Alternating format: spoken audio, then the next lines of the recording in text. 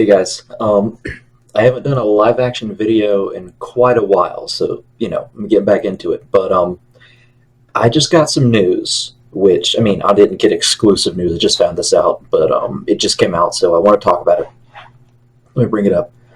Lord of the Rings, the Amazon series is set to come out in 2020, maybe 2021. I forgot, but apparently they've just casted their main villain, and their main villain, which is oddly enough a villain that they're making up. They're not using Sauron or anything like that, or Morgoth, or you know any of the villains they could be using, even Feanor. Well, I guess that's the first stage. But the point is, um, they are casting Joseph Maul. Joseph Maul played Benjen Stark in Game of Thrones, and he was so underrated and so underused in Game of Thrones. Benjen should have had way more screen time, but he didn't for some reason. And so this is really good news. Honestly, I got to be honest, and I hate to be that guy, but every casting choice that's been mentioned so far has not excited me. I don't think they'll do terribly, but it's not exciting. There's a kid that's been in some comedies before. I can't even think of anybody else. The point is that this guy is the real deal.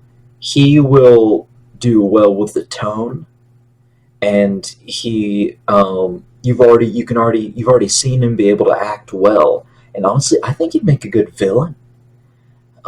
Especially, let me read the article for you just to help you catch up. Amazon's highly anticipated Lord of the Rings TV series has found its villain. Game of Thrones grad Joseph Maul has joined the cast of the scripted drama project, sources confirmed to Hollywood Reporter. Amazon declined to comment, but he's still confirmed. Based on J.R.R. Tolkien's iconic fantasy novels, J.D. Payne and Patrick McKay, Star Trek IV, serve as showrunners on the series that is set in Middle-earth's Second Age before the events of the author's primary trilogy, Fellowship of the Ring, Two Towers, Return of the King. Maul is believed to be playing a villain named Oren in the straight-to-series effort.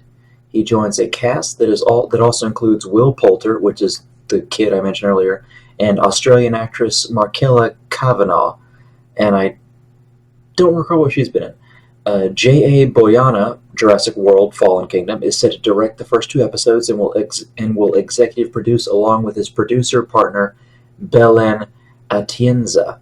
Writers Jennifer Hutchison, Breaking Bad, Jason Cahill, The Sopranos, and Justin Daubel, Stranger Things, are also executive producers, as are Lindsay Weber, Bruce Richmond, Gene Kelly, and former Amazon head of genre Sharon Tal Yagato. I'm sorry, I'm probably fucking these names up, but the point is, let me go. Amazon Studios head Jennifer Salk said in August that the creative team has been working for months on breaking the first season of the show. Production is slated to begin in 2020. Okay, so production begins 2020. Once production budgets, casting, writers, producers, and visual effects are factored in, the total cost of the Lord of the Rings series could reach as high as $1 billion, which we've known for a while. But the point is that this means a few things. One, Oren, as far as I know, and I know my Tolkien, is not a villain from the Silmarillion, at least that I can recall. So they're going like with original content rather than pre-established lore for this villain, which honestly I'm happy for. I want that. Unless the villain is like a huge servant of Morgoth or Sauron or Ungoliant or anybody, the Witch King of Angmar. Well, I guess he was the Third Age. Did they do the Second Age? I can't think right now. It is 3:30 p.m. a.m. See, I can't even think. But the point is that no, wait, the Nazgul did show up in the Second Age, now that I recall. But Um, I don't want him to be a huge part of the mythos. Like, I don't want him to like shove a new guy into the mythos. However, it is good that they're going their own way just in the universe. If they go their own way in the universe and they do like a plot that's sort of self-contained, that's good on its own, that you don't need to include all of these other big guys, and you just use the Lord of the Rings Second Age universe, that would be phenomenal. Because honestly, I am not excited. Or was not excited at all for the announcement of this series. I'm gonna watch it, and I just too many good series are ruined nowadays. You know what I mean? And I felt like that if they did a huge retelling of the Second Age in the Archipelageth, the Silmarillion, then that just fuck up the Silmarillion. Honestly, like it just be like, ooh, here's a flashy way to show you what Tolkien wrote, and it'd be stupid. They choose the wrong actors for the wrong things. There'd be too many executive producers, too many directors. They mess up in various different little ways when Tolkien's universe is already just so fucking perfect. But here they're not doing that. They're not. They're going their own way, which is good.